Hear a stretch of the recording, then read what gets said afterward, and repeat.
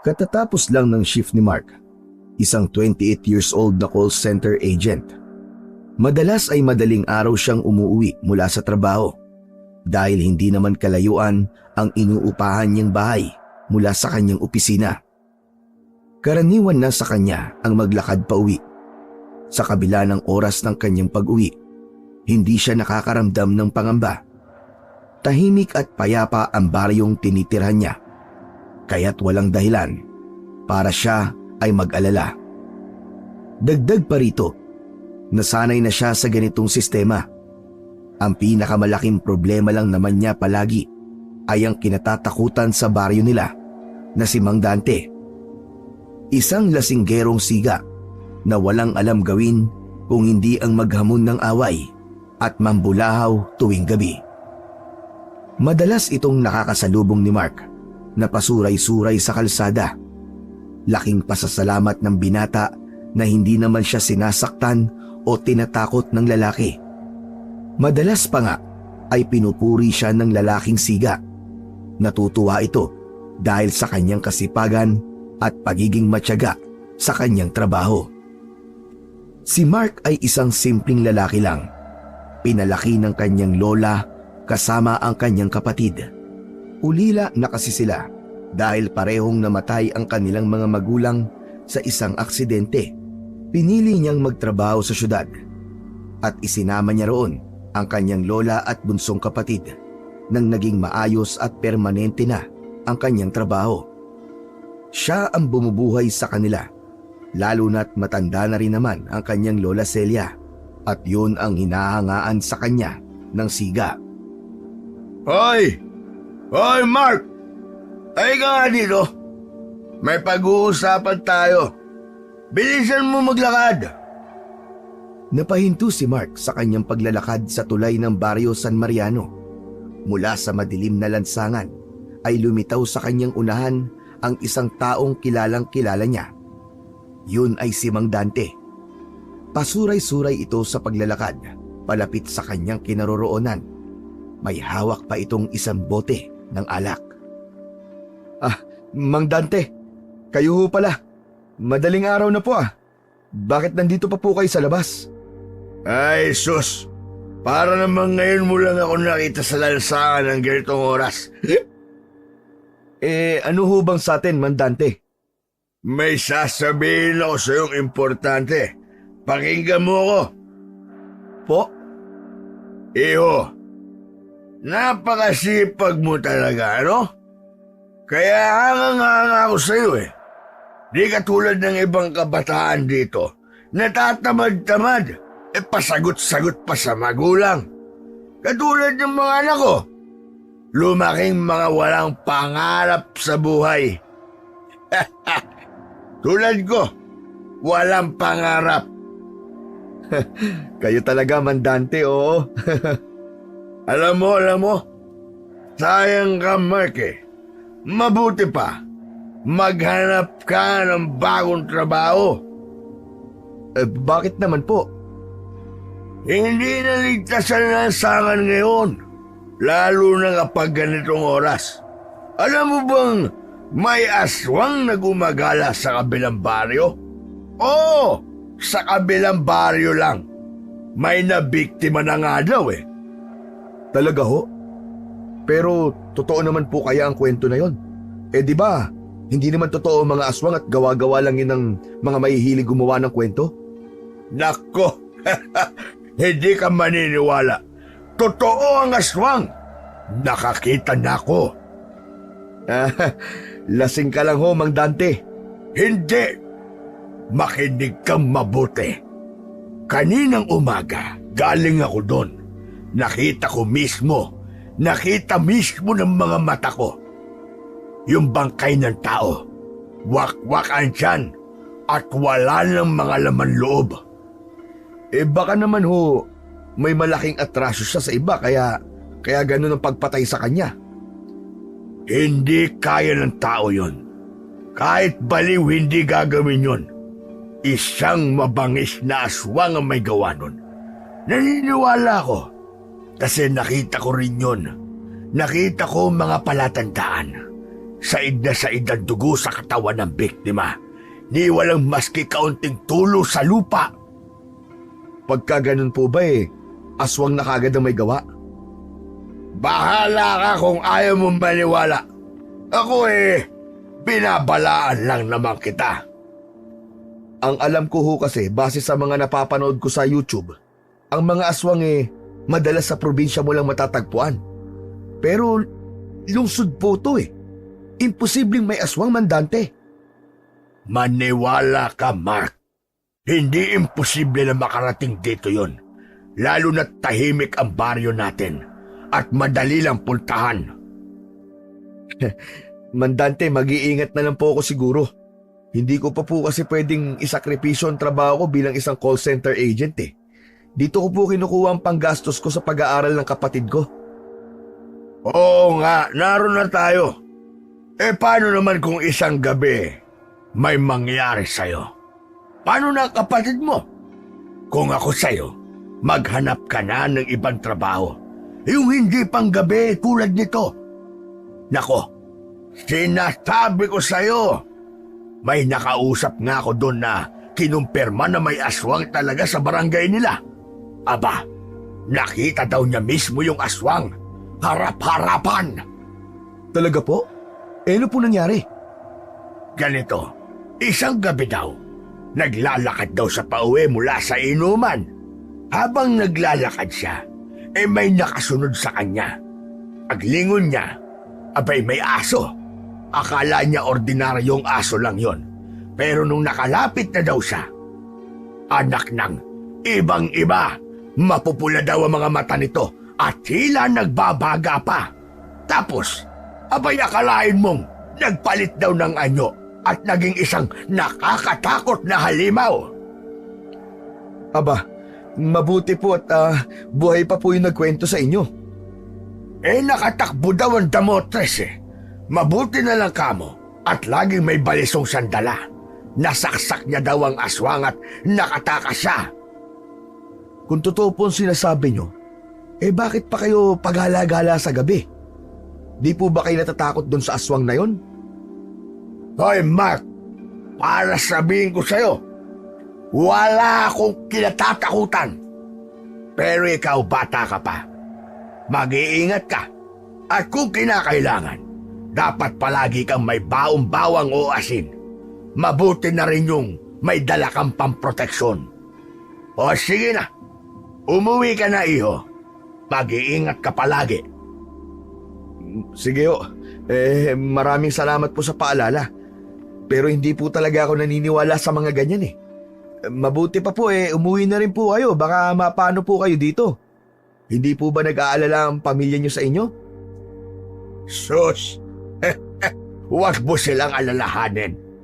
Mas sanay na ako dito sa kalsada. Ikaw, huwag mong babaliwalay ng babala ko sa'yo. Tandaan mo yan, Mark. Sinasabi ko sa'yo.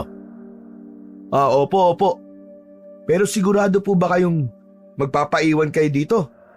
Parang di po kaya ng konsensya ko na iwan kayo dito Ay, huwag mo lang akong intindihin. Sabi ko nga matanda na ako. Saka ako siga dito, baka hindi mo nalalaman. Walang gagalaw sa akin sa barangay na to. Abay takot lang nila sa akin. Sige na, umuwi ka na. Ayoko mapahamak ka. Sige po. Pero sunod na rin po kayo Magpahinga na po kayo para bukas may lakas ho kayo ulit na uminom. Pagkasabi nun, ay tumalikod na siya at nagsimulang maglakad palayo. Ilang hakbang pa lang ang naitutuloy niya ay muli niyang nilingon ang lasinggero. Sa liwanag ng iilang poste sa lugar na yon, nakita niya itong pasuray-suray pa ring naglalakad. Lumalakad ito ng mabagal at parang may kausap, ngunit wala namang tao sa paligid. Wala rin itong pakialam, gayong ang daang tinatahak nito ay palabas na ng kanilang barangay. Hanggang sa unti-unti na itong maglaho sa madilim na parte ng kalsada. Sa pagkakataong yun, ay naramdaman ulit ng binata ang pag-iisa. Hindi niya maipaliwanag Pero nang maisip niya ang sinabi ng lalaking lasinggero, ay para bang may malamig na hangin biglang sumalubong sa kanya at dumampi ito sa kanyang batok. Nanayo ang kanyang balahibo at kasunod nun ay nakarinig siya ng mumunting kaluskos mula sa masukal na gilid ng kalsada. Pakiramdam din niya ay may mga matang nakamasid sa kanya. Hindi. Imagination mo lang to, Mark. Imagination mo lang to. Nadala ka lang sa kwento ni Mang Dante. Binilisan niya ang kanyang mga hakbang, ngunit ang tunog ng kanyang mga yabag ay tila sinasabayan ng mahihinang yabag na hindi sa kanya. Kahit sinabi niya kay Mang Dante na hindi siya naniniwala sa aswang, ay likas pa rin kay Mark ang maging matatakutin, lalo na kapag may nararamdaman siyang kakaiba sa kanyang paligid. Wala to. Hindi. Diyos ko, gabayan niyo po ako. Lola, tulungan niyo ako, Lola. Ang lola na kanyang tinatawag ay si Lola Celia. Dati siyang kilala bilang isang mahusay na albularya sa kanilang probinsya. Matanda na siya, ngunit nananatiling matalas ang kanyang isipan at malakas pa rin ang pangangatawan. Mahusay pa rin itong manggamot at ilan na nga sa kanilang mga kapitbahay ang nagpapatingin sa kanya. Hindi isang ordinaryong albularya lamang ang matanda. Galing siya sa angkan ng mga biyasang manggagamot at espiritual na lider. Ang kanilang angkan ay nag-ugat pa nung panahon ng mga Kastila, kung saan ang kanilang mga ninuno ay kilala bilang mga babaylan. Ang mga babaylan ay isang tagapag-ugnay sa mundo ng tao at ng mga espiritu. Sila ang tagapagtanggol ng kanilang komunidad at manggagamot gamit ang mga lihim na karunungan mula sa kalikasan. Noong bata pa si Mark, madalas niyang samahan ang kanyang lola sa panggagamot. Dito niya nasaksihan kung paano tumutulong si Aling Celia sa mga nangangailangan, sa mga may sakit na hindi maipaliwanag, mga biktima ng kulam o ng mga nakakatakot na hindi makitang nilalang. Sa likod nito ay di pa rin lubos na nauunawaan ni Mark ang tungkol sa ginagawa ng kanyang Lola Celia. Para sa kanya kasi, ang prinsipyo niya, to see is to believe. Ngunit dahil sa kwento ni Mang Dante, bumalik sa kanyang isip ang palaging babala sa kanya ng kanyang lola tungkol sa mga ganitong klase ng nilalang. Pagkarating ni Mark sa kanilang bahay, agad niyang binuksan ang pintuan. Malakas pa rin ang kabog ng kanyang dibdib. Ngunit nang maamoy ang aroma ng kape mula sa loob, ay guminhawa ang kanyang pakiramdam. Sa maliit na lamesa sa kusina niya nakita ang lola na nakaupo habang nagkakape. Nakasuot ito ng lumang balabal at may hawak na tasa ng kape na gawa sa lumang porselana. May nakapatong na rosaryo at isang piraso ng sambong sa katabi nito. Mabuti naman at nandito ka na. Kanina pa ako nag-aalala sa'yo. Halos 1 oras ka nang atrasado sa iyong pag-uwi, apo ah. May nangyari ba? Parang pansit ko namumutla ka. Wala naman po, Lola. Nag-overtime lang po kami. Tapos nang pauwi na po ako, nakasalubong ko po si Mang Dante sa may tulay. Nag-usap po kami saglit. Nako, at inistorbo ka na naman pala ng lasiggerong yon. May ginawa ba sa'yo? Wala naman po, Lola. Nagkwentuhan lang po kami. Alam niyo po, sinabi niya po sa akin na may nakita daw pong aswang sa kabilang baryo. May biktima nga rin daw po. Sabi pa niya, posible daw po na magawi dito yung aswang na yon at pinag-iingat niya po ako. At naniwala ka na ba sa kanya? Parang totoo po kasi. Sabi niya, nakitang wakwak daw po ang tiyan ng biktima at wala nang lamang loob. Said na rin daw po ang dugo. Pero Lola, tanong lang, may aswang po ba talaga? Totoo po ba mga ganun? May tao po ba o nilalang ba talagang gumagawa ng ganung karumal-dumal na krimen? Oo naman, apo. Hanggang ngayon ba hindi ka pa rin naniniwala? Lola, Mahirap po kasi talagang paniwalaan kung hindi ko pa nakikita eh. Hindi lahat ng bagay ay kailangan makita para maniwala, Apo. Ang mga kwento tungkol sa mga nilalang ng dilim ay hindi lang gawa-gawa. Totoo sila, Iho. Maniwala ka sa akin. Kapag nakakita ka ng hayop na hindi mo kilala at tila sinusundan ka nito, huwag kang magpakita ng takot. Ito'y maaaring hindi hayop, kundi isang nilalang na nagbabalat kayo lamang para ikaw ay biktimahin. Pero Lola, Apo, ang dugo natin ay mula sa dugo ng mga babaylan. Ang mga ninuno natin, silang mga unang nagbabantay sa kalikasan at nilalang nito. Alam nila kung paano kumilala ng aswang. Maraming beses na ako nakakita ng mga biktima nila. Ang mga sugat na hindi kayang ipaliwanag ng siyensya. Mga may sakit na halos kinuha ng kaluluwa. At minsan, ako mismo ang humaharap sa mga nilalang na yon. kayo po mismo? Nakakita at nakalaban na po kayo ng aswang? Hindi ko lang naikikwento pa sa'yo, pero oo, Apo. Tama ka. Nung medyo bata-bata pa ako, ay may nakasagupa akong aswang doon sa dating baryo natin sa probinsya. Talaga po? At bakit parang hindi ka naniniwala? Hindi naman po sa hindi ako naniniwala, Lola. Siguro kailangan lang talaga na makakita ako, maski isa para maniwala po ko. Kontrahin mo yung sinabi mong bata ka. Baka di mo kayanin kapag ikaw mismong nakakita. Makapangyarihan pa naman ang salita, Iho. Baka ka isang araw makakita ka. Abay, teka, may ibibigay ako sa'yo. Nandito lamang yun sa aking bulsa. O, heto, Apo. Isuot mo ito. Huwag mong aalisin ito sa katawan mo, lalo na kapag naglalakad ka sa dilim. Ano po ito, Lola? Isang uri ng espesyal na anting-anting. Iilan lamang ang may ganito, Apo. Kaya ingatan mo yan. Galing pa to sa mga ninuno nating babaylan. Ano pong tawag dito, saka ano naman po ang maitutulong nito sa akin? Ang tawag dyan ay agimat ng sentinela. Isa itong bihirang uri ng agimat na hindi lamang proteksyon ng maibibigay. Kapag sinuot mo yan at nasa panganib ka, maaari nitong tawagin ng sentinela ng Gabon. Sentinela ng Gabon? Sino po yun, Lola? Ano po yun? Ang sentinela ng Gabon ay ang nakatakdang maging tagapagtanggol ng ating angkan.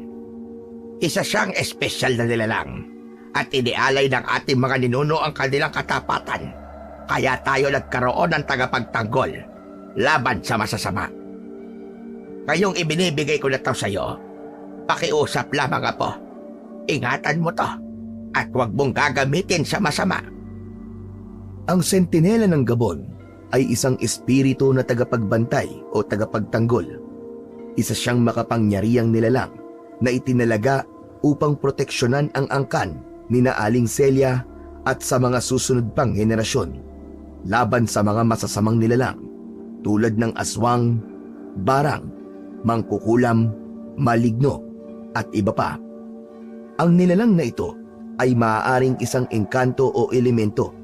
May kaugnayan din ito sa espiritu ng kalikasan na naging kakampi ng mga sinaunang babaylan.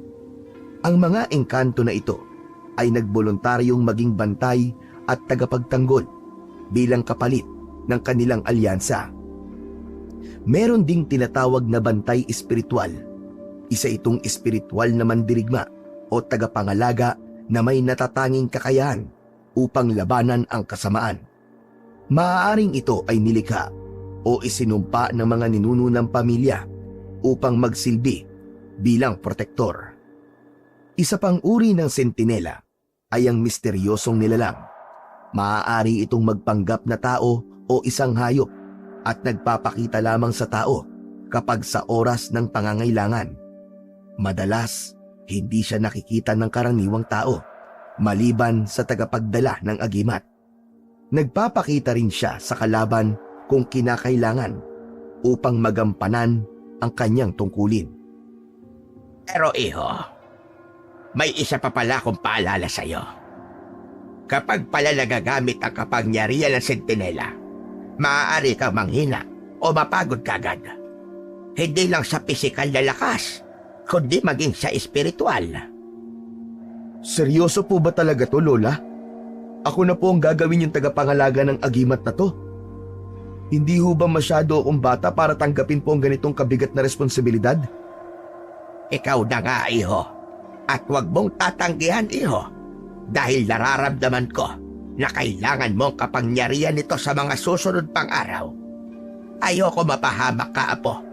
Lalo na't madalas kang madaling araw nang umuuwi dahil dyan sa trabaho mo na yan. Kung ganun po, Lola, salamat po dito. Hayaan po nyo. Iingatan ko po ito. Pangako po. Pagkatapos ng kanilang seryosong pag-uusap tungkol sa agimat, tumayo si Aling Celia at inaya si Mark papunta sa kusina. Halika na, apo. Kumain ka na bago ka matulog. Inihanda ko na ang paborito mong sinangag at itlog. Alam kong gutom na gutom ka na mula sa trabaho. Ngumiti si Mark sa kanyang lola. Ramdam nito ang pagmamahal sa kanya at malasakit. Ang ganitong tagpo ay pangkaraniwan na lamang sa kanilang bahay tuwing uuwi siya ng madaling araw. Sanay na si Aling Celia sa ganitong tagpo ng araw, kaya't palagi itong gumigising ng umaga para ipagluto ang kanyang apo ng agahan at siguruhin na makakakain ito bago matulog. Lola, pasensya na po kayo at lagi kayong gumigising na maaga para lang sa akin, ha? Hindi ko po alam kung paano ko po kayo mapapasalamatan. Aba, apo. Huwag mo nang alalahanin yon. Masaya ko na may naitutulong pa ako sa'yo. Isa pa, hindi ko kayang hindi magluto. Alam kong pagod ka at mahirap ang trabaho mo. O heto, sige na. Kumain ka na. Matapos kumain, ay dumiretso na si Mark sa kanyang kama. Sa pagpikit ng kanyang mga mata, ay muling bumalik sa kanyang isip ang tungkol sa mga sinabi ng kanyang lola. Pabigat para sa kanya na dalhin ang agimat, lalo pat hindi naman siya naniniwala sa mga nilalang na pinag-uusapan nila. Ngunit dahil sa kanyang respeto kay Aling Celia, ay tinanggap niya ito at itinago sa ilalim ng kanyang damit, malapit sa puso, tulad ng bili nito. Nakatulugan na ng binata ang pag-iisip, ngunit sa kalagitnaan ng kanyang pamamahinga, nagsimula siyang managinip. Naglalakad siya sa gitna ng isang masukal na gubat. Ang paligid ay tahimik at malamig ang simoy ng hangin. Sa di kalayuan ay nakarinig siya ng mabibigat na mga yabag at tunog ng mga naaapakang dahon at mga sanga. Sino yan? May tao ba dyan? Tumigil siya sa kanyang paglalakad at sinundan ng kanyang tenga ang tunog na kanyang naririnig. Ngunit bigla na lamang mula sa dilim, lumitaw ang isang nilalang. Isang aswang na may mahabang buhok, matutulis na ngipin, at mga kuko na tila kasintalas ng punyal. Ang mga mata nito ay galit na galit, at ang itsura nito ay kasuklam-suklam. Nakatitig ito sa kanya. Takot na takot si Mark, ngunit hindi siya makaalis sa kanyang kinatatayuan. Sumisigaw ang aswang. Galit na galit ang boses nito. Ikaw! Ikaw ang susunod na biktima ko! Palapit ng palapit sa kanya ang nilalang. Sinubukan ni Mark na tumakbo, pero hindi naman siya nakaalis sa kanyang pwesto. Ang aswang ay palapit ng palapit na sa kanya. Nagkaroon siya ng ideya. Hinaltak niya ang kanyang kwintas at inilabas yun at itinaas niya sa hangin. Lumayo ka sa akin! Ngunit sa halip na umatras ang aswang, lalo pang naging mabagsik ang halimaw. Tumalon ito at takmang kakagatin siya sa leeg. Nang sandaling yon, naramdaman ni Mark ang matinding init mula sa agimat na tila pumaloob sa kanyang katawan. Ngunit bago pa man magtagumpay ang aswang, bigla na siyang nagising. Ha! Diyos ko! Panaginip lang pala. Humawak siya sa kanyang dibdib. kung saan nakasuot pa rin ang agimat sa kanya. Ramdam niya ang init nito. Napatingin siya sa bintana ng kanyang kwarto. Madilim pa ang paligid, ngunit tila may presensyang nakamasid sa kanya mula sa labas. Panaginip lang ba talaga yun? O isang babala? Habang nakahiga si Mark, ay pilit niyang pinapakalma ang kanyang sarili. Paulit-ulit na bumabalik sa kanyang isipan ang nakakatakot na anyo ng aswang. At sa bawat pagsubok niyang makabalik sa pagtulog, ay muli lang nadudugtungan ang bangungot na yon. Kaya naman, ilang oras ang nakaraan ay ipinasya na lang niyang bumangon at lumapit sa may bintana. Mataas na rin ang sikat ng araw na tumatama sa kanyang balat. Humawak siya sa kanyang suot na agimat. Tulad sa panaginip, ramdam niya ang init nito. Hanggang sa may nakita siyang isang tao na bigla na lang tumakbo. Nang mapansin niyang lumitaw ito mula sa likod ng isang puno sa tapat nila. Hindi niya nakilala ang taong yun. Nabalot kagad ng kaba ang kanyang dibdib. Anak ng... Ano yun? Sino yun? Napaatras siya mula sa bintana habang pilit na inaalala ang itsura ng taong tumakbo. Huminga siya ng malalim. Sinubukang pakalmahin ang sarili. Ngunit habang mas iniisip niya ang kanyang nakita, mas lalong tumitindi ang kaba sa kanyang dibdib. Napatitig siya sa agimat na suot niya. Hindi kaya may kinalaman to sa panaginip ko? Maya-maya pa, narinig niya ang pagtawag ng kanyang lola mula sa kusina. Apo! Halina rito, kumain ka na ng tanghalian! Halika na rito! Tinanggal niya ang tingin sa labas at naglakad papunta sa kusina. Nakita niya ang kanyang lola na naghahanda na ng kanilang pananghalian. O siya, iho. Aba, teka. Bakit parang matablay ka? Hindi ka ba masyadong nakatulog? Opo, lola, hindi po ako masyadong nakatulog. Nagigising po kasi ako maya-maya eh. Apo, baka naman magkasakit ka sa ganyan. Di ba masama ang magpuyat? Tapos di ka pa nakakatulog na maayos. Baka mamaya ay bumigay ang katawan mo at mauwi sa pagkakasakit. Hindi kaya mas mainam kung maghanap ka na lang ng ibang trabaho? Yung normal. Maski maliit ang sahod basta hindi ka lang napepwersa na magpuyat at umuwi na mag-isa tuwing gabi. Lola talaga oh. Ngayon pa ba halos mag-iilang taon na po ako nagtatrabaho doon. Wala na po kayong dapat na alalahanin sa akin. Kung magkakasakit talaga ako, hindi sana noon pa. Malakas ako, no? Hindi po ako tatabla ng mga ganyan-ganyan. Ay nako, apo. Nakuha mo pang magyabang. Akala mo lang hindi ka tatablan. Pero hindi ka si Superman. Tandaan mo yan. Relax lang po. Malusog po ang apo nyo. Lagi po ako nagba-vitamins at tamang kain. Kaya huwag kayo mag-worry, okay? Hindi lang ang katawan mong iniisip ko, apo. Pati na ang iyong kaligtasan. Lalo na ngayon, ang dami-dami nang nangyayari. Hindi mo alam kung sino o ano ang makakasalubong mo sa daan. Napansin ni Mark ang seryosong tono ng kanyang lola. Tumigil siya sa pagngiti at tumingin ng diretsyo sa matanda. O siya, sige na. Kumain ka na para makatulog ka naman ng maayos mamaya. Siya nga po pala. May nakita po ako kanina sa labas, Lola. Anong nakita mo? May tao po eh. Nagtatago po sa likod ng puno sa tapat ng bahay natin. Tapos po nung nakita ko siya, siguro napansin niya, bigla na lang po siyang tumakbo. Ba't sino naman ang loko-lokong gagawa nun? Hindi ko nga po alam eh. Kinakabahan tuloy ako. Huwag kang kabahan. Nasa iyo ang anting-anting. May proteksyon ka, apo. Pagkatapos kumain, ay muling bumalik ang binata sa kanyang kwarto at sandaling nagmuni-muni. Muli siyang nakatulog. Pagdating ng 5:00 ng hapon, ay naghanda na siya sa kanyang muling pagpasok. Aalis na po ako, Lola. Baka malate po ako sa trabaho. O sige, apo. Mag-iingat ka, ha? At huwag mong kalimutang isuot lagi ang anting-anting na ibinigay ko sa'yo.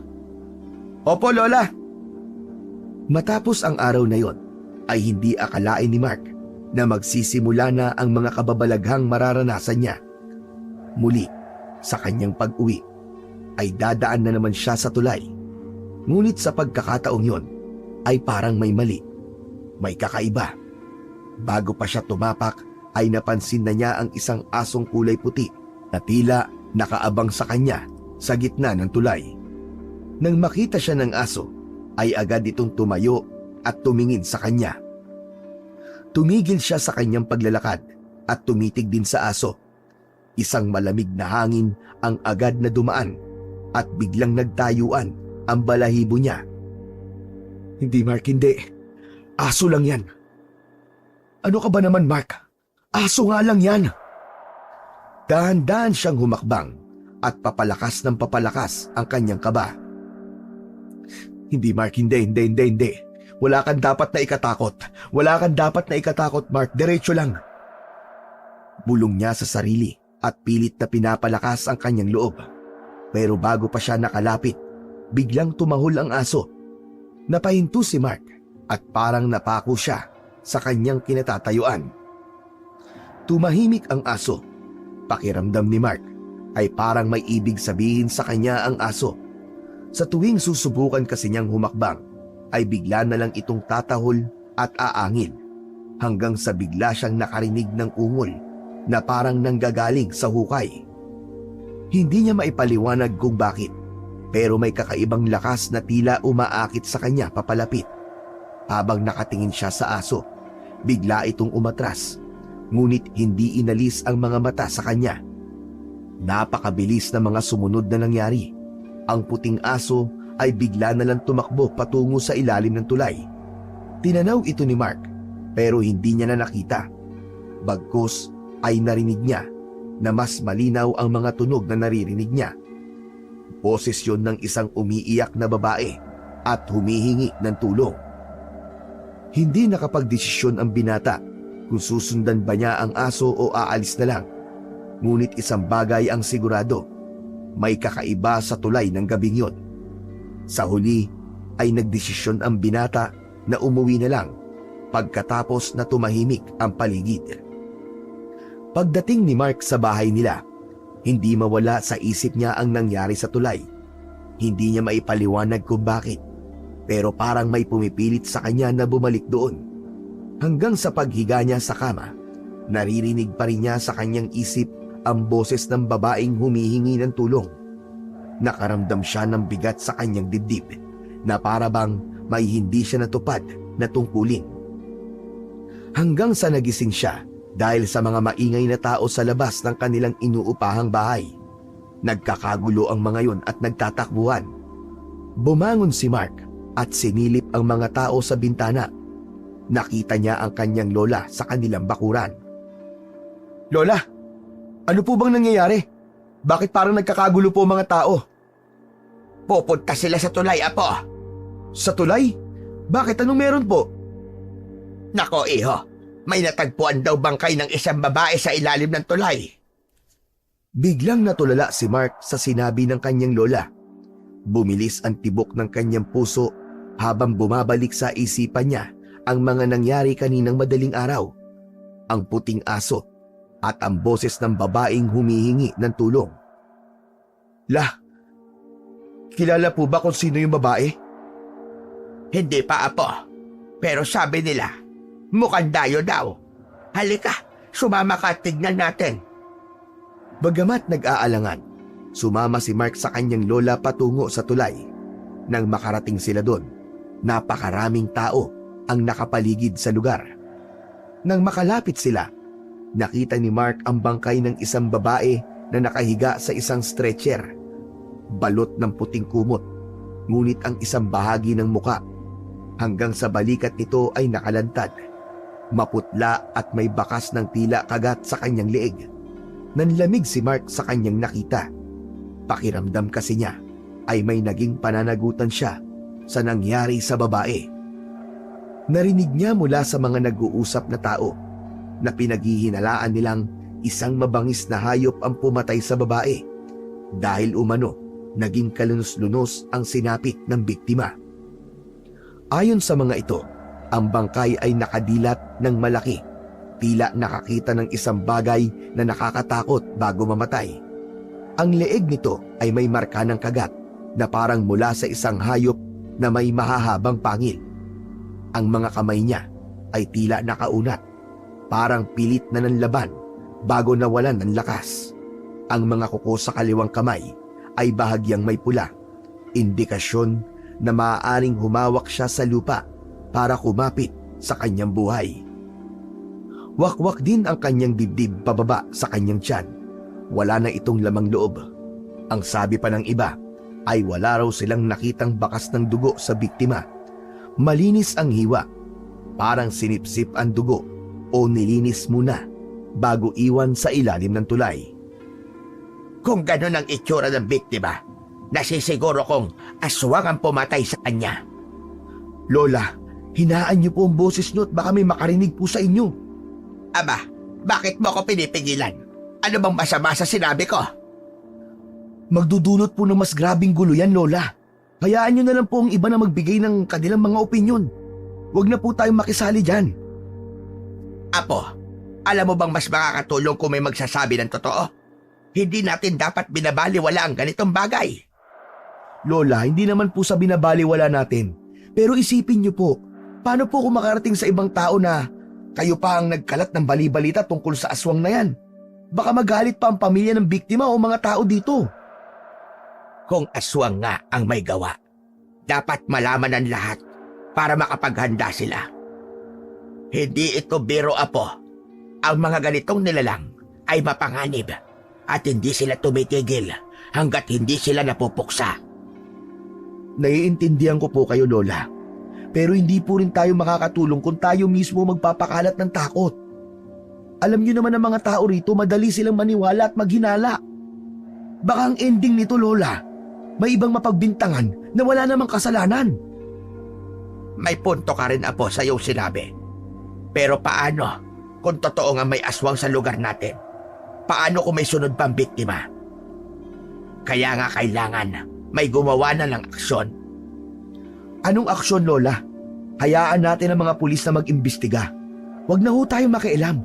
Baka lalo lang po lumala ang sitwasyon. Umahimik si Aling Celia habang iniisip ang sinabi ng apo.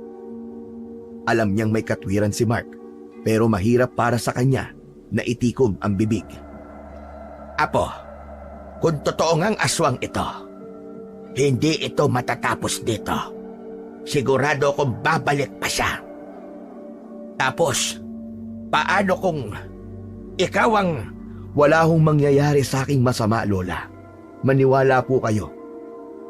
Habang nag-uusap sila, ay napansin ni Mark ang puting aso sa gilid ng kalsada. Tahimik na nakamasid sa mga tao sa paligid.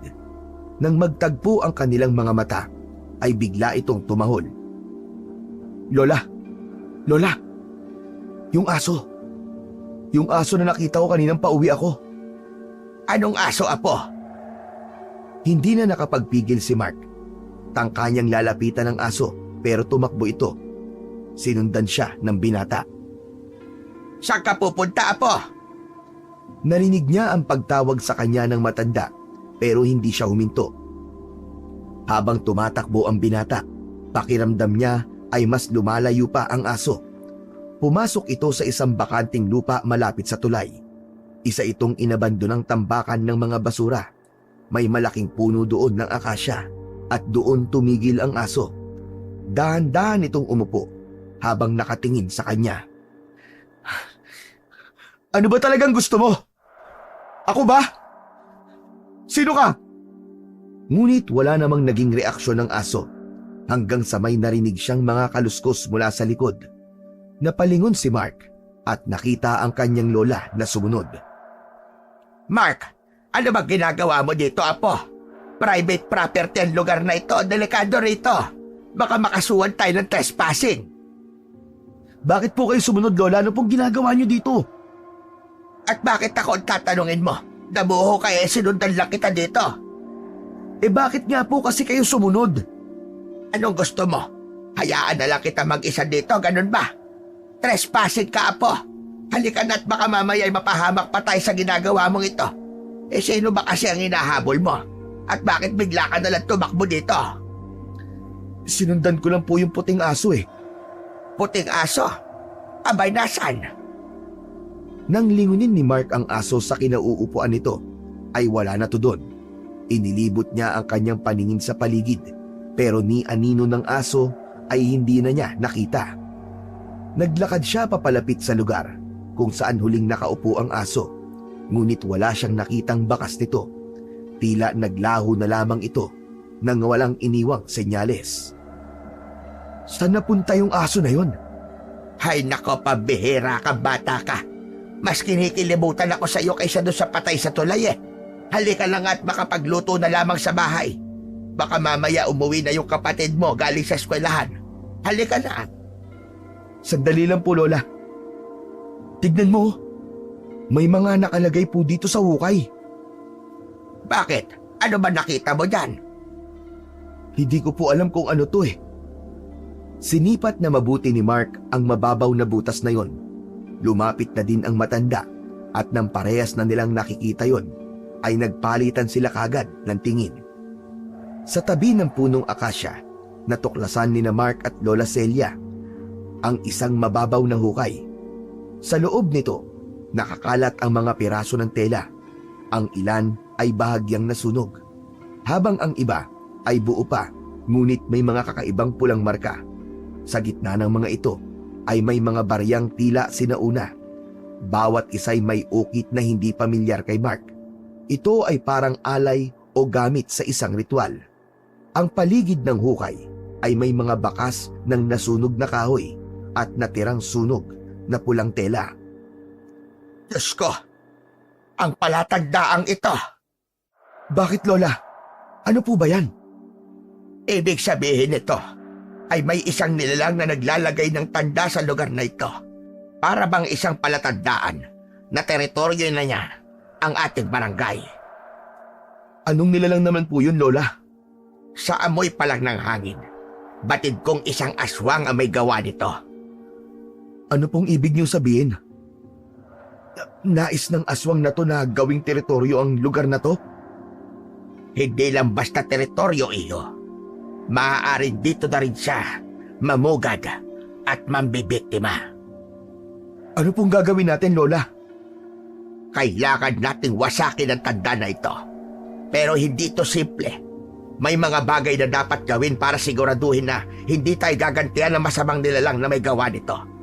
Sinasabi ko na nga ba, at posibleng aswang ang pumatay sa babaeng yon. Gagawin na po ba natin ngayon o tatawag tayo ng albularyo? Siraulo ka ba? Albularya ako. Tatawag ka palang iba. Abay, damuho kang bata ka. Kumuha ka na nga lang ng mga tuyong damo sa paligid at magsusunog tayo. Kailangan kong basagin ang ritual na ginawa dito para di na makabalik ang aswang. Kaagad na namulot ng mga tuyong dahon ang binata at nang makaipon ng sapat na dami, ay mabilis niyang iniabot ito sa kanyang lola. Inipon ito sa hukay.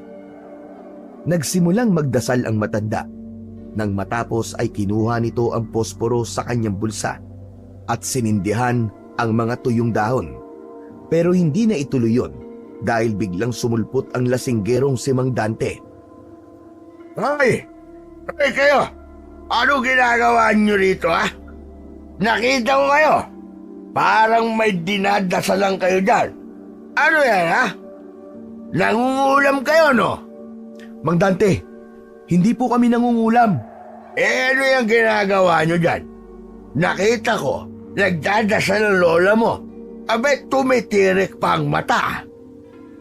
Umalis ka na nga rito at huwag mo kami pakialaman, lasinggero ka. Hindi ito pangungulam. Sinusubukan kong basagin ang sumpa ng aswang sa lugar na ito. Ano ka mo? Sumpa ng aswang? Ano sumpa sinasabi mo, tanda? Nanunumpa ba ang aswang? Pabirang matanda ito. Abat, pilosopo kang damuho ka. Hoy, matandang ugod-ugod. Tigilan mo yan. Magdadala ng malas yung ginagawa nyo. Walang iya. Akala ko pa naman iba ka, Mark. May iba pala kayong ginagawa ng lola mo. Nagkakamali ka, Mandante. Iba ang iniisip mo. Wala kaming ginagawang masama ng lola ko. Wala. Naka, kita ko ah. Tigilan niyo yan. Pag inituloy mo yan, tatawag ako ng pulis. Pakukulong ko kayo. Mandante, hindi niyo po naiintindihan eh. Delikado po itong nakita namin at kailangan namin itong alisin bago may masamang mangyari. Wala akong pakialam kung ano man ang ginagawa nyo. Basta, tumigil kayo o ako mismo ang huhuli sa inyo, baka pusasan ko kayo dito. Biglang tumayo si Aling Celia. Hawak pa rin ang posporo sa kamay. Hoy, ikaw, Dante. Kung gusto mo mamatay sa kamay ng aswang, sige, pigilan mo kami. Pero kung ayaw mo may masama pang mangyari, tumabi ka dyan at hayaan mo kung tapusin ito. Hoy, tanda, huwag mo akong dinadaan-daan sa ganyan ha. Ikaw ang tumigil. Tignan mo to. Itong mababaw na hukay. Tignan mo, Dante. Tignan mo ang laman. Bahagi ito ng ritual ng aswang. Gagawin niyang teritoryo ang barangay na to. Kung hindi ko to sisirain, babalik siya para pumatay ulit. Lumabas kayo sa bakuran ko. Labas! Po? Narinig nyo naman ang sinabi ko, di ba? Umalis kayo sa bakuran ko. Ibig sabihin, sa inyo po ang bakanting lupa na to? Paano nangyari yon? Oo, sa akin ang lupa na to. Kaya wala kayong karapatang gumawa ng kung ano-ano rito nang walang pahintulot ko, mga damuho kayo. May nangyayari na sa lupa mo, Dante. Kung hindi mo aaksyonan, ikaw ang unang mapapahamak. Ano bang pinagsasabi mo? Wala akong pakialam sa sinasabi mong aswang. Ang alam ko lang, kailangan niyong umalis dito. Mang Dante, kung sa inyo nga ang lupa, di ba dapat mas lalo kayo mag-alala? Paano kung may mangyari sa inyo o sa pamilya niyo dahil dito? Pamilya. Wala akong pakialam kung aswang man yan o kung ano. Ang gusto ko lang, umalis kayo bago ako magsumbong. Oo na, sige na. Sige na. Aalis na kami. Pero Lola, Wala na tayong magagawa, Mark. Kung ayaw niyang makinig, mas mabuti pang umalis na lang tayo. Halika na. pero nasimula na po niyo ang ritual. Paano po yun? Hindi ba mas lalala kung dito matutuloy? Oo. Pero kung wala siyang pakialam, wala tayong magagawa. Baka magdulot pa tayo ng mas malaking gulo kung pipilitin natin. Kailangan maghanap na lang tayo ng ibang paraan. Dahan-dahang lumabas ng bakuran ni Mandante ang maglola. Nang makalabas na sila, tinignan ni Mark ang kanyang lola. Panay ang buntong hininga nito at malalim ang iniisip. Habang naglalakad palayo, hindi mapigilan ni Mark ang magtanong muli sa kanyang lola. Lola, kinakabahan po talaga ako eh. Natigil niyo po yung ritual. Ano po mangyayari doon? Mapapadali ang paglapit ng aswang sa kanyang target. At kapag nalaman ng aswang na sinubukang kontrahin siya pero nabigo, maaaring lumaban ito ng mas marahas bilang ganti. Pero susubukan ko maghanap ng iba pang paraan. Pero kailan, Lola? Baka may mabiktima ulit bago pa tayo makakilos. Napatingin si Aling Celia sa langit. Tila humihingi ng sagot mula sa itaas. Alam niyang tama ang sinabi ni Mark, pero limitado ang kanilang ginagawa nang wala sa tamang lugar.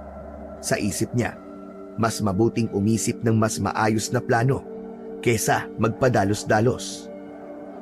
Pagkarating nila sa kanilang bahay, naupo si Aling Celia sa lumang upuan at muling tinignan ang kanyang apo. Apo, huwag ka na kaya mo nang pumasok mamaya. Po? Kinakabahan ako, Apo. Yung pag-uwi mo ng madaling araw na nag-iisa. Pero Lola, mahirap pong hindi pumasok eh. Paano po magagastusin natin dito? Alam ko yon, Apo. Pero iba ang kutob ko. Baka may masamang mangyari sa'yo. Lola, sanay na po ako. Lagi ko namang ginagawa to, di ba? Kaya ko pong ingatan ang sarili ko. Hindi to tulad ng dati, Mark. May aswang na gumagala. At hindi natin alam kung sino ang susunod niyang bibiktimahin. Napatingin si Mark sa kanyang lola. Ramdam niya ang pag-aalala nito, pero alam din niyang kailangan niyang kumayod para sa kanyang pamilya. Lola, naiintindihan ko po ang takot niyo, pero hindi po ako pwedeng tumigil. Kung hindi ako magtatrabaho, paano na lang tayo? Lalo na po si Bunso. Kung titigil ako, pati ang pag-aaral niya po maaapektuhan. Kung magpalipat ka na lang ng ibang oras, Apo. Lola, hindi po ganun kadali yun. Hindi po ako pwede magdikta ng oras ng aking pasok. Baka po mapagalitan po ako ng team leader namin. Kung lumipat na lang tayo, Apo, maghanap na lang tayo ng ibang mauupahan sa ibang barangay. Lola, alam ko ang sasabihin mo, Apo. Pero ako bilang lola mo, hindi mo ako mapipigilang mag-alala sa'yo. Wala na ang mga magulang mo. Kaya ako na lang ang natitirang nagpapaalala sa'yo. Salamat po, Lola. Pero nangangako po ako, mag-iingat po ako, Lola. Hindi ko po hahayaang may mangyari sa aking masama. Mabilis na lumipas ang mga oras. Muling pumasok sa trabaho si Mark. Ngunit ng gabing yun ay nagkaroon ng half shift. Kaya naman 11:00 pa lamang ng gabi ay umuwi na ang binata. Pag uwi niya mula sa trabaho ay nakita niyang may tao sa paligid. Kaya naman nawala ang kaba niya at takot sa tulay. Habang naglalakad siya, napansin niyang may pulubing nakaupo sa gilid nito ng kanyang madaanan. Nakayuko ito, pero napansin niyang nakatingin ito sa kanya sa kabila ng mahabang buhok na tumatakip sa mukha nito. Huminto siya saglit at tiningnan ang pulubi. Manong, ano pong ginagawa niyo dito sa tulay? Ngayon ko lang po kayo nakita dito ah. Nang humakbang siya para sa nalapitan ang matanda, ay may malamig na ihip ng hangin ang naramdaman niya mula sa likod. Paglingon niya, ay nakita niyang muli ang puting aso na nakatayo sa hindi kalayuan. Nakatitig lang sa kanya. Ikaw na naman? Ang aso ay hindi gumagalaw, pero ang titig nito ay parang nangungusap. Nang ibalik ni Mark ang tingin sa pulubi, laking gulat niya nang makita nitong nakatingala na ito. Diretsyong nakatitig sa kanya. Ang mukha nito ay maputla at ang mga mata ay tila walang buhay. Biglang tumayo ang pulubi. Nanginginig ang katawan. Narinig niya ang mahinang ungol nito na unti-unting lumalakas. Sa takot niya ay napaatras si Mark. Hindi na alam ng binata kung ano ang gagawin at kung sino ang titingnan. Iginala niya ang paningin sa paligid at kung kailan naman tila nangangailangan siya ng tulong ay biglang nawala ang iilang tao na nakita niya kanina. Ang aso naman ay unti-unting lumapit sa kanya. Di maaari. Ano ba nangyayari? Nang biglang kumilos ng mabilis ang pulubi, palapit sa kanya, biglang umalulong ang aso. Nagdulot yun ng ilang segundong paghinto ng pulubi. Sapat na para kay Mark na makatakbo palayo. Tumakbo siya ng tumakbo hanggang sa wakas ay narating niya ang harap ng kanilang inuupahang bahay. Nanginginig niyang binuksan ang pintuan at pumasok sa loob at agad ding isinara. Humihingal siyang naupo sa upuan sa sala. Pilit na pinapakalma ang kanyang sarili. Ngunit hindi maitago ang panginginig ng kanyang katawan nang dahil sa takot. Magulong-magulo din ang kanyang isip at puno ng katanungan tungkol sa nangyari. Maya-maya ay narinig niya ang hakbang ng kanyang lola mula sa kusina. Nang makita siya nito, nagtaka ang matanda sa biglaang pag-uwi ng kanyang apo ng maaga. Abay Mark, nandiyan ka. Ano nangyari? Ba't ka umuwi ng ganitong oras? Maaga pa.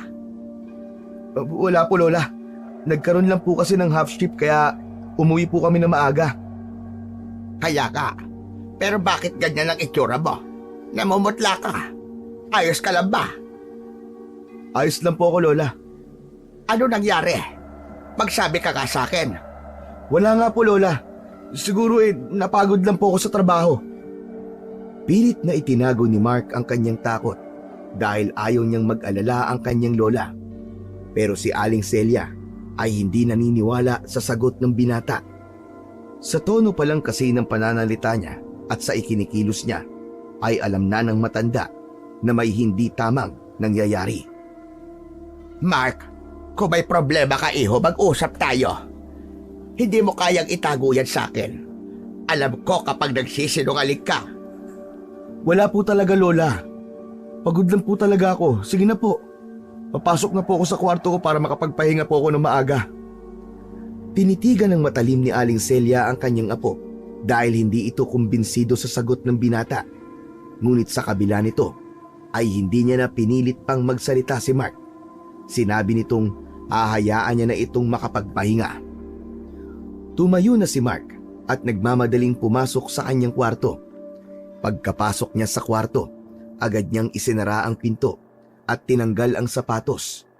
Nanginginig pa rin ang kanyang mga kamay. Hinawakan niya ang kanyang noo. Nag-iisip kung ano ang ibig sabihin ng lahat ng nakita niya sa kalsada. Ang pulubi at ang puting aso at ang matinding takot na kanyang nadadama. Lahat ng yun ay patuloy na umiikot sa kanyang isipan. Habang nag-iisip, bigla siyang nakarinig ng malalakas na tahol mula sa labas ng bahay. Tumayo siya at dahan-dahang lumapit sa bintana. Unti-unti niyang binuksan ito. Sa labas ay nakita niya ang parehong puting aso sa tulay. Naroon ito sa kanilang bakuran at paikot-ikot habang tumatahol. Mabilis na isinara ni Mark ang bintana at bumalik na siya sa kanyang kama. Yakap niya ang kanyang sarili habang nakatalungko. Ilang beses niyang sinusulyapan ang bintana dahil sa pag-aalalang baka yung aso ay ang aswang na tinutukoy ng kanyang lola. Naglalaro sa isip niya ang napigil na ritual at naisip niyang baka dahil doon ay siya ang naging target ng kinatatakutang aswang.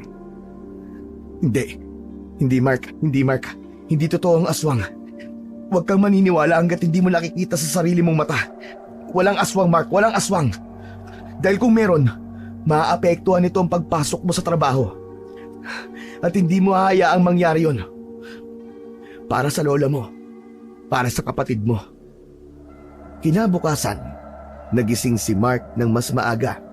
Halos nag-aagaw pa lang ang dilim at ang liwanag nang bumangon siya at pumunta sa kusina. Lumabas siya nang makarinig ng tunog ng potpot galing sa nagtitinda ng pandesal. Lumabas siya para tawagin ito, pero mabilis itong nakalayo, kasunod ng mga taong papunta muli sa iisang direksyon. Nakarinig siya ng sirena ng sasakyan ng pulis. Bigla siyang kinabahan dahil sa kanyang mga nakikita at naririnig. Biglang tumabi sa kanya ang kanyang lola. Isa na lamang biktima. Napatingin si Mark sa kanyang lola at panay ang lunok ng kanyang laway. Narinig ko lang kanina sa ibang dumaraan na po.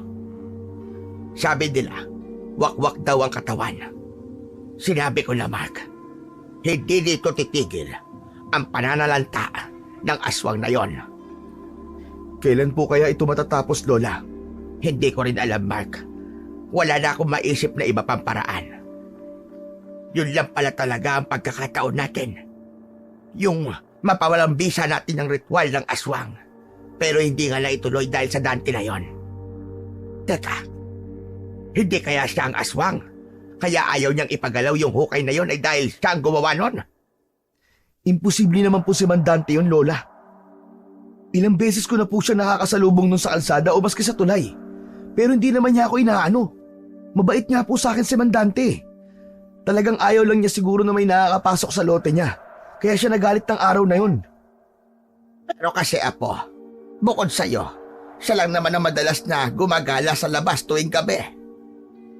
Akala ko po ba kaya niyong kumilatis ng aswang? Bakit mukhang di po kayo sigurado sa sinasabi niya tungkol kay Mandante? May nakikita ba kayong palatandaan sa kanya na siya nga isang aswang? Wala pa naman, iho. Abay, teka lang. Ba't parang ipinagtatanggol mo yata ang lasinggerong lalaking yon? Bakit abogado na ba ngayon ang bago mong trabaho? Lola talaga Hindi naman po sa ipinagtatanggol ko siya. Siyempre pinag-iisipan ko rin naman po mga nangyayari sa paligid ko. Sorry, Lola. Aalis muna ako. Makikiusyoso lang po ako sa nangyari, baka sakali na may maabutan pa ako. Nang masilip ni Mark ang nangyari, halos manghina siya sa kanyang nakita. Ang katawan ng biktima ay nakahandusay pa, hindi sa ilalim ng tulay, kundi dun mismo kung saan niya nakita ang puting aso. Biglang umikot ang kanyang sikmura at pumagilid siya. Hindi niya na napigilang masuka. Nang may masmasan ng konti, ay muling pinasadahan ng binata ang biktima. Isa itong teenager na lalaki. Kita niya ang mga sugat sa katawan nito na parang niluray. Ang mga mata nito ay nakadilat pa at parang takot na takot. Nais niyang magtanong, ngunit parang natutuyo ang lalamunan niya sa kaba. Biglang may kumalabit sa kanya mula sa likod. Napalingon siya at nakita niya si Mang Dante. Nakatayo ito sa hindi kalayuan. Nakakunot ang noo. Mark, anong ginagawa mo rito, ha? Mang Dante, ano pong nangyari? Sino po siya? Taga dito yan. Kawawa naman ang bata. Napatingin si Mark muli sa bangkay. Ang imahe ng puting aso ay biglang bumalik sa kanyang isipan. Kapag po ba nagagawi kayo dito sa tulay, Mang Dante? Kapag nalalasing po kayo? May napapansin po ba kayo ditong asong gala? Ano ka mo, aso? Anong aso sinasabi mo? Puting aso po. Abay, maraming aso dito na pagala-gala, Mark. Bakit? May kinalaman ba yun sa nangyayari? Nagtatanong lang po ako. Kasi may nakikita po ako ditong aso na palagi niya akong sinusundan sa tuwing dumadaan po ako dito sa tulay. Naisip ko pong hindi po kaya... Ano? Hindi kaya aswang yung asong yun? Yung ba nais mo sabihin? Kung aswang nga yun, abay kailangan ng mahanap. Tama-tama, naghahanap kami ng pulutan ng mga kasamahan ko. Mang Dante naman nagbibiro pa po kayo eh. Seryoso po ako. Mang Dante, kayo po nagsabi sa akin at nagbigay ng babala tungkol sa aswang sa kabilang barangay. Bakit ngayon parang iba na po ang sinasabi nyo? Totoo naman ang aswang eh. Malas lang talaga itong mga nabibiktima na to. Pero totoo din yung mga mangkukulam at masigit silang dapat nakatakutan kaysa sa aswang. Kasi mga traidor ang mga yan. Mga malas din. Kaya yan, lola mo, patigilan mo na yan sa ginagawa niya. Po? Alam mo, minsan ko siyang nakita sa likod ng bahay nyo. Nagre-ritual sa ilalim ng bilog na buwan. Abay, hating gabi. Sa palagay mo, normal ba yon?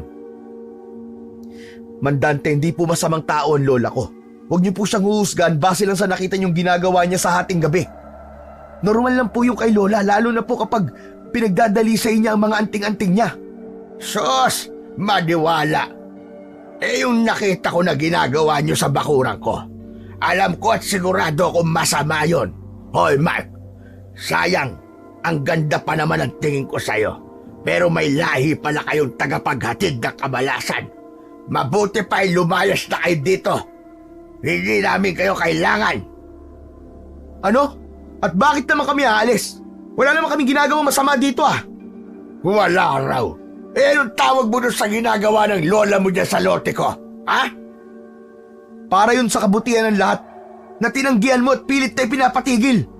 Tapos ngayon nagtatanong ka kung bakit may patay ulit dito? At ano ha? Ako gusto mo sisihin? Huwag mo kasing dinadamay ang lola ko dito. Wala siyang kinalaman sa mga nangyayari. Matagal na siyang tumutulong at nagpapagaling sa mga may sakit.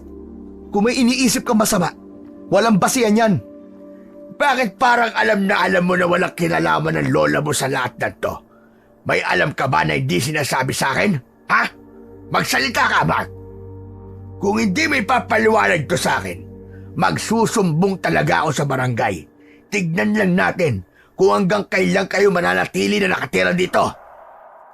Halos manginig si Mark sa galit at kaba.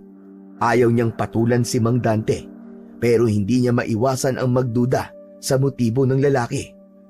Mabilis niyang tinalikuran si Mang Dante at naglakad palayo.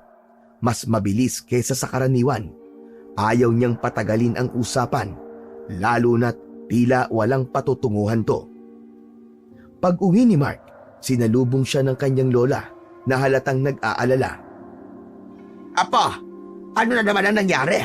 Bakit parang Biyernes Santo yata yung pagbubuka mo? Lola, si Mang Dante kasi, sinisisi niya kayo sa mga nangyayari dito. Sinasabi niya na meron daw po kayong kinalaman sa patayan nangyayari dito. Apo, marami talagang hindi nakakaintindi sa ginagawa natin. Pero Lola, paano po kung totohanin niya ang sinasabi niya na magsusumbong siya? O kaya naman ipagkakalat ang mga nakita niya? Paano kung kayo ang pagbintangan ng mga tao? Hindi ko alam ang gagawin, Lola, kapag nangyari yun. Walang maniniwala sa tao na yon. Saka kilala na ako ng iba dito. May mga napagaling na rin ako. Hindi sila maniniwala sa anumang sasabihin ni Dante. Hayaan mo lang siya. Makikita din niya ang hinahanap niya. Sige na, Apo. Magpahinga ka na. Sa paglipas ng mga araw, ay nagpatuloy ang buhay ni Mark. Bahay, trabaho. Trabaho, bahay. Papasok ng hapon at uuwi ng madaling araw. At sa bawat pag-uwi ng binata at sa pagdaan niya sa tulay, may napagtanto ang binata. Sa tuwing daraan siya roon, ay hindi nawawala ang puting aso na palaging nakasunod sa kanya hanggang sa makatawid siya ng tulay. Naroon din ang pulubi na laging nakaupo sa gilid. Tahimik ngunit tila nagmamasid. Hanggat maaari ay iniiwasan na lang niyang tingnan ang dalawa at binibilisan ang kanyang paglalakad. Subalit habang dumadaan ang mga araw, napansin niyang wala namang nangyayari sa kanya. Hindi siya ginagalaw ng aso at hindi din naman siya ginagambala ng pulubi. Tahimik lang ito sa kanyang kinauupuan. Habang tumatagal, nasanay na si Mark sa presensya ng dalawa. Unti-unting nawala ang takot niya. Pero isang gabi, habang pauwi si Mark, naabutan niyang tila nakikipagtalo si Mang Dante sa pulubi sa tulay. Galit na galit ito at sinisigawan ang pulubi. Narinig niya ang malulutong na mura ng lasinggero habang itinutulak ang pulubi na nananatiling tahimik lang at hindi man lang kumikibo sa ginagawa sa kanya.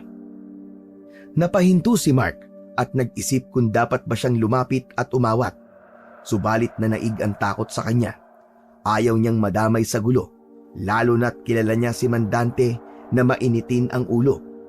Pinili niyang magkubli sa likod ng poste ng tulay, nagmamasid mula sa hindi kalayuan. Habang nakatago si Mark sa likod ng poste, patuloy niyang naririnig ang mga sigaw. Ang mga pagmura nito ay mas lumakas. Halatang nawala na sa sarili ang lasinggero. Ngunit ang pulubi ay nananatiling kalmado at tahimik, ni hindi gumagamit ng kahit na anumang salita o kilos. Labis ang naging takot ni Mark sa inaakto ni Mang Dante. Latuloy na alala ng binata ang sinabi ng kanyang lola. Sa kanyang nakikita, hindi imposible na maging isang masamang nilalang nga ito. At naisip niyang ang pulubing walang kalaban-laban ang nais nitong biktimahin ng gabing yun. Napasiksik siya sa poste dahil sa isiping yun. Sa kabila ng takot na nararamdaman, pilit niyang sinilip ang nangyayari. Nakita niyang muling itinulak ni Mang Dante ang pulubi ng mas malakas, dahilan upang mabuwal ito at tumama ang likod sa sementong gilid ng tulay. Sa wakas, tila hindi na napigilan ng pulubi ang kanyang sarili. Bumangon ito ng dahan-dahan at sa unang pagkakataon ay nagsalita ito. Ang boses niya ay mababa at malamig. May halong pagbabanta ang mga sinasabi. Alam mo ba kung sino ang pinapagka mo? Bakit? Sino ka ba, ha? Kaya mo ba akong labanan? Ano? Lalaban ka ba? Umalis ka na. Huwag mo akong pakialaman dito. Ano wag pakialaman? O ikaw na hayop kang pulubi ka? Ang kapal ng mukha mo tumambay dito sa tulay ko, ha?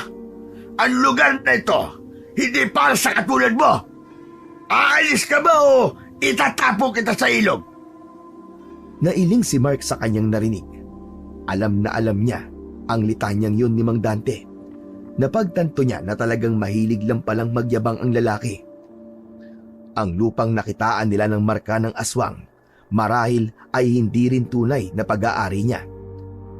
Mahilig at gustong-gusto lang nitong magyabang at magpakilalang hari ng kasigaan sa kanilang lugar.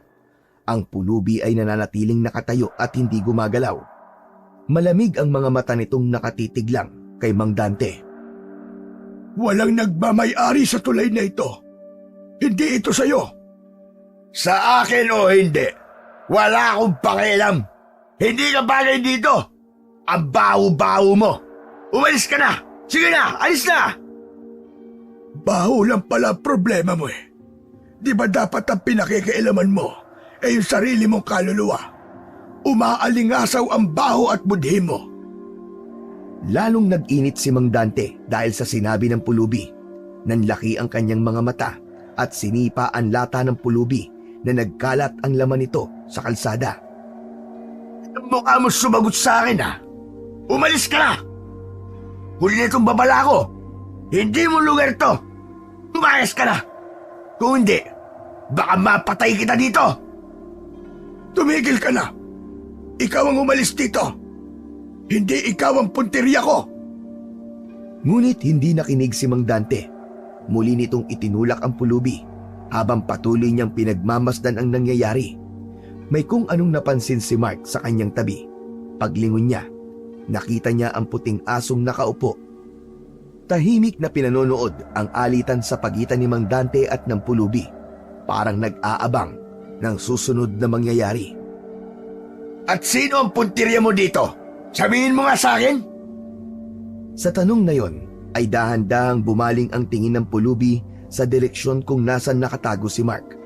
Nanlamig ang binata dahil doon. Kitang-kita niya ang paglingon nito ng mabagal at parang hindi normal. Ang ulo nito ay gumalaw na parang may kaunting panginginig na parabang hirap na hirap sa simpleng kilos. Tapos ay nakita ng binata ang nakakakilabot na mga mata nito. Maputla at walang itim. Ang tingin nito ay matalim. Parang alam nito kung nasaan si Mark kahit nakatago siya.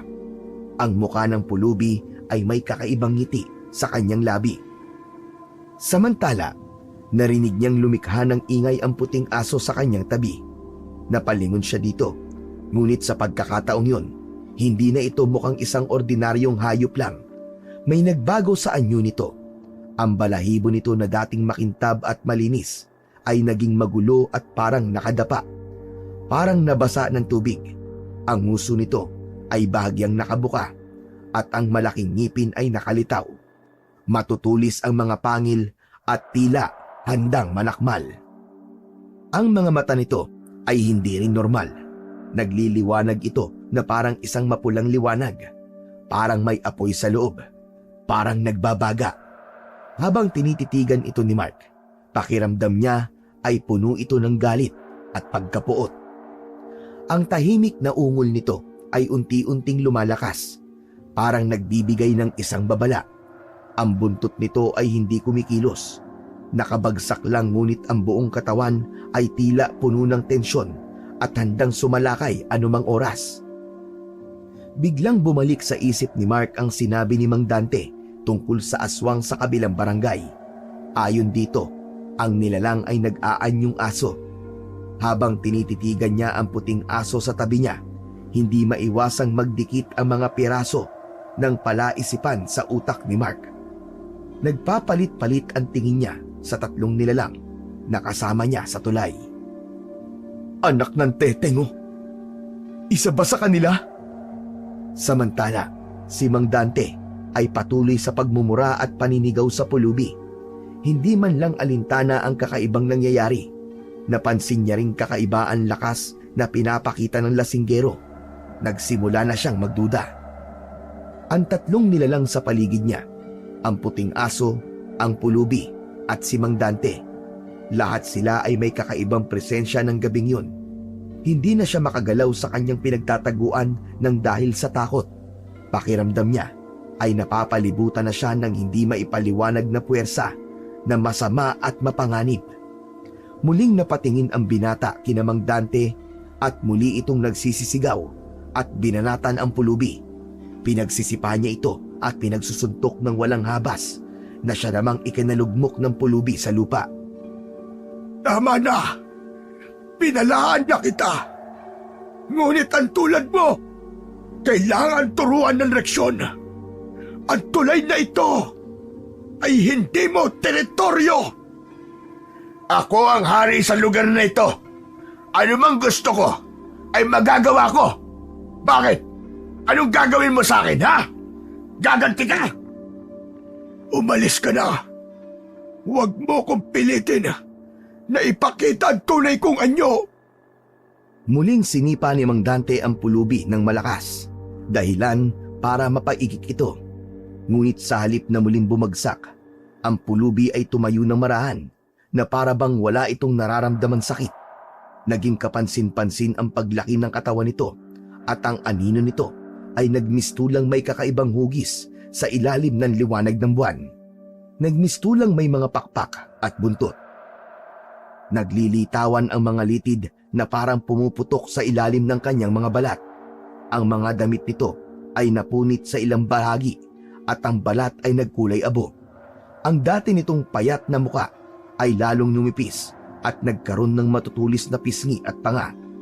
Ang bibig nito ay bumuka at lumitaw ang mahahabang pangil na kayang gumutay-gutay ng anumang makakagat nito. Ang mga kamay nito ay humaba rin at ang mga daliri ay tumulis at naging matatalim ang mga kuko na parang isang patalim. Ang likod nito ay yumuko ng bahagya na para bang handa itong lumundag anuman sandali. Ang dating anyo nito na isang kawawang pulubi ay napalitan ng isang anyong halimaw na galit na galit. Biglang umalingasaw din sa buong paligid ang masangsang na amoy na parang may nabubulok na laman. Pinilit mo ko. Ngayon, panahon na para managot ka. Anong klaseng demonyo ka? Anong klaseng demonyo ka? Si Mang Dante ay biglang nagmistulang maliit at walang laban. Napaatras ito at hindi makapaniwala sa kanyang nakikita. Napalunok ng ilang beses si Mark habang nakikita ang pangyayari na parang isang eksena mula sa isang masamang panaginip. Habang patuloy ang bangungot sa harapan niya, napagtanto ni Mark na wala siyang magagawa para pigilan ang nangyayari. Ang katawan niya ay nanginginig na sa takot at pakiramdam niya wala siyang lakas na pwedeng gamitin para mailigtas si Mang Dante laban sa kamay ng aswang. Mas lalo pang lumakas ang masansang na amoy at pumailan lang ang nakakakilabot na ungol ng aswang. Biglang nanaig ang kagustuhan niyang tumakas. Mula sa kanyang pinagtataguan ay tumakbo siya ng mabilis. Napansin niyang nakasunod na naman sa kanya ang aso. Ang mga pulang mga mata nito ay kumikislap sa dilim. Bahagyang bumagal ang kanyang pagtakbo nang makarinig ng isang malakas na sigaw galing kay Mang Dante mula sa tulay. Isang sigaw na punong-puno ng paghihirap at takot. Huwag kang titingin, Mark. Huwag kang titingin. Huwag kang lilingon.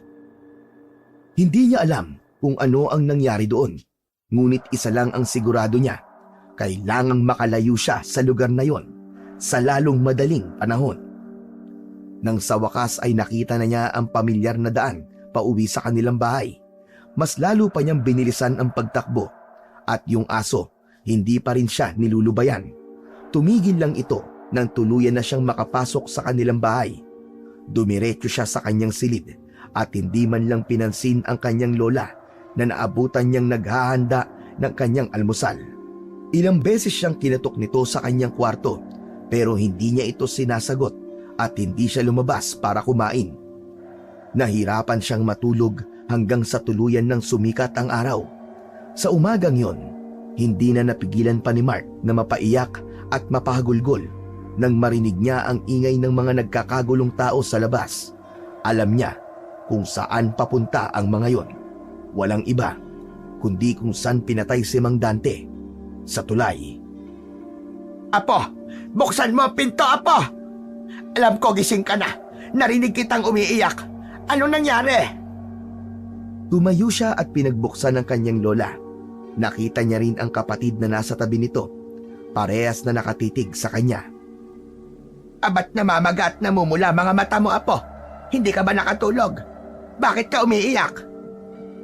Lola, may nangyari na naman. Alam ko kung saan papunta ang mga tao sa labas. Sa tulay, Lola. Sigurado ako may panibagong biktima na naman ng aswang. Apo, may alam ka ba sa nangyari? Narinig ko kanina na natagpuan sa tulay ang bangkay ng lasinggerong si Dante. At nahuli nila yung pumatay sa kanya. Ano po? Nahuli nila? Totoo po ba? Oo, Apo. Naroon, nakakulong na. At iniimbestigahan na ngayon ng mga pulis. Sino yung nahuli nila, Lola? Sigurado po ba sila na yun nga ang pumatay kay Mang Dante? Oo, sabi ng mga nakausap ko kanina, naaktuhan daw na sinasaksak ng taong yon si Dante. Yung pulubi na nakatambay sa tulay. Siya yung hinuli ng mga tanod at sinurrender sa pulis kanina lang. Lola, patawarin mo ako. Patawarin mo ako kasi naglihim at nagsinungaling ako sa'yo. Ano ba sinasabi mo, Apo? Sa tuwing umuuwi po ako na madaling araw, sa totoo lang po, may nangyayaring kababalaghan po sa tulay. Pero hindi ko po sinasabi sa inyo kasi baka patigilin niyo po ako sa trabaho. Alam mo mga nangyayaring kababalaghan sa tulay? Apo, sabihin mo, may alam ka ba o may kinalaman ka ba sa mga patayang nangyayari? Hindi po, Lola, wala po. Hindi ako pumatay sa kanila. Pero nakokonsensya ako. Kasi wala akong nagawa para tulungan sila, Lola. Parang naririnig ko pa rin po yung mga sigaw nila at paghingi nila ng tulong. Lola, aswang po ang pulubi na yon. Aswang po siya. Isang halimaw. Wala ka namang kasalanan, Apo. Ang mga nangyari ay hindi mo kagustuhan. Makinig ka sa akin. Bagamat may proteksyon ka galing sa agimat ng sentinela, wala kang lakas para harapin o kalabanin ng mga nilalang na tulad ng aswang. Pero Lola, ano pong silbi ng agimat kung wala rin akong magagawa? Hindi ko matanggap na naroon lang ako. Narinig ko sila at nakita. Pero hindi ko man lang sila natulungan. Apo, hindi mo kasalanan ng mga nangyari. Ang agimat ay hindi nagbibigay ng kapangyarihan para lumaban kung hindi ka pa handa. Ang layunin nito ay protektahan ka, hindi upang itulak ka sa isang laban na hindi mo kaya.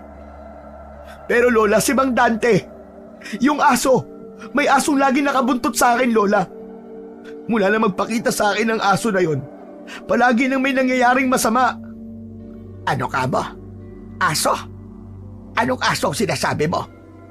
Isang puting aso, Lola, na may mapupulang mga mata. Palagi siyang lumilitaw sa tuwing dadaan ako sa tulay. Nung una ko siya nakita, nakarinig ako ng sigaw ng isang babae. Yun yung unang bangkay na nakita sa tulay, Lola. Posible po bang ang asong yun ang dahilan ng lahat ng ito?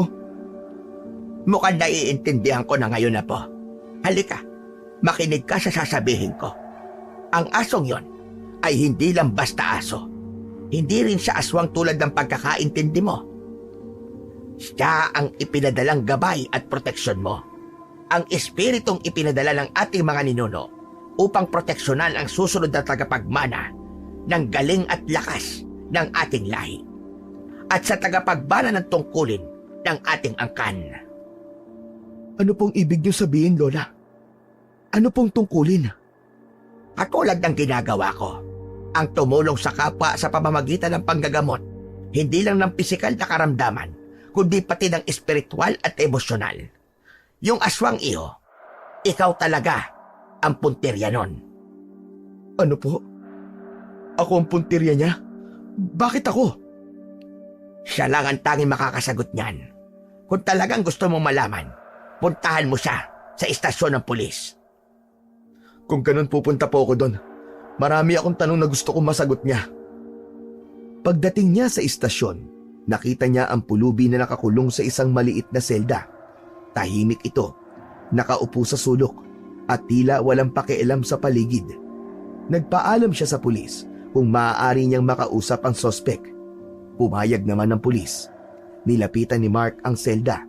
Dahan-dahang itinaas ng pulubi ang kanyang ulo. Mapupula ang mga mata nito at isang nakakalokong ngiti ang gumuhit sa kanyang labi.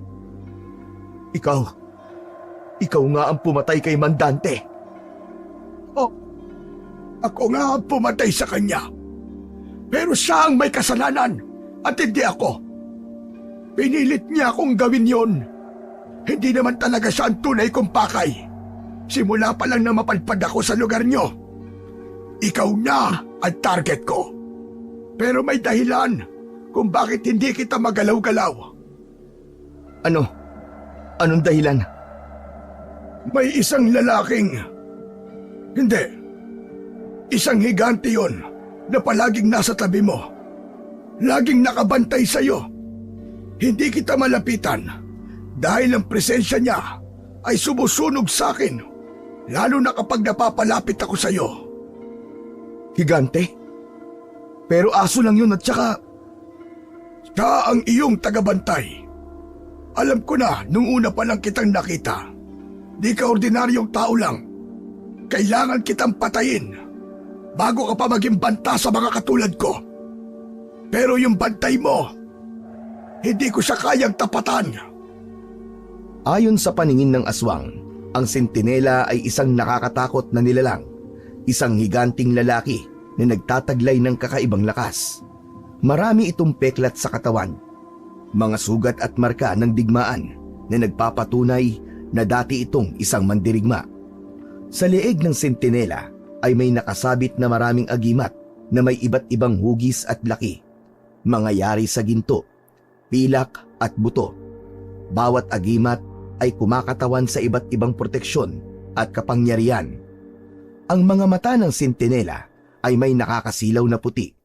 Sa kanyang kaliwang kamay ay may hawak itong baston na nagliliwanag, isang armas na gawa sa sinaunang kahoy at may nakakabit na kristal sa dulo nito. Labis yung kinatatakutan ng aswang na pulubi. Dahil alam niya na anumang oras na madikit siya dito, tiyak niyang masusunog siya sa kapangyarihang nagmumula dito. Hindi ito kayang daigin maski ng pinakamalakas na uri ng aswang. Simula noon, mas naging maingat si Mark. Hindi niya na binabaliwala ang presensya ng puting aso na patuloy na nag-aabang at sumasabay sa kanya sa tuwing dadaan siya sa tulay. Kapag madaling araw, pag uwi niya galing trabaho, kahit na kinikilabutan ay natuto siyang mahalin at pasalamatan ito bilang kanyang gabay at protektor laban sa anumang klase ng panganib. Isang gabi, habang pauwi si Mark mula sa kanyang trabaho, napansin niyang hindi niya nakita ang aso sa karaniwang pwesto nito. Napahinto siya sa gitna ng tulay at inilibot ang kanyang paningin, ngunit wala ni anino ng aso. "Nasaan ka? Saan ka nagpunta?" Biglang narinig ni Mark ang mahina ngunit malalim na alulong mula sa dulo ng tulay. Nang lingunin niya, nakita niya ang puting aso na nakatayo malapit sa poste ng ilaw. Nakatitig sa kanya. Ang liwanag mula sa ilaw ay tumatama sa makintab na balahibo nito at tila may aninong naglalaro sa paligid. Tahimik itong tumalikod at naglakad papunta sa madilim na bahagi ng tulay. "Maraming salamat sa iyo, kaibigan. Hanggang sa muli nating pagkikita. Paalam."